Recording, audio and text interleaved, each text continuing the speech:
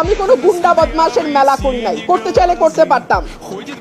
গুন্ডা আনতে চাইলে গুন্ডা আনা যায়, অসুবিধা হয় না। যেটা 15 বছরে হয় নাই সেটা আজকে হয়েছে। হাসিনার সময় আমরা বলতে শুনেছি, হাসিনা বলতো 20টা হুন্ডা 10টা গুন্ডা নির্বাচন ঠান্ডা। আর আজকে রুমিন ফারহানা, যিনি হাসিনার কাছে ফ্ল্যাটের জন্য আবেদন করেছেন, যিনি হাসিনার পতনে সবচেয়ে বেশি আমার মনে হয় কষ্ট পেয়েছেন, সবচেয়ে বেশি কষ্ট পেয়েছেন, তিনি হচ্ছেন রুমিন ফারহানা। আমরা 15 আগস্টে আওয়ামী লীগ থেকেও বেশি আওয়ামী লীগ পণ্য যাদেরকে মনে হয় তাদের মধ্যে রুমিন ফারহানা অন্যতম। উনি সব সময় বলে থাকেন বিগত 15 বছর নাকি উনি অনেক ভালো ছিলেন। উনি অবশ্যই ভালো থাকবেন, কারণ উনি যত ধরনের আওয়ামী সুবিধা রয়েছে সব ধরনের সুবিধা উনি নিয়েছেন।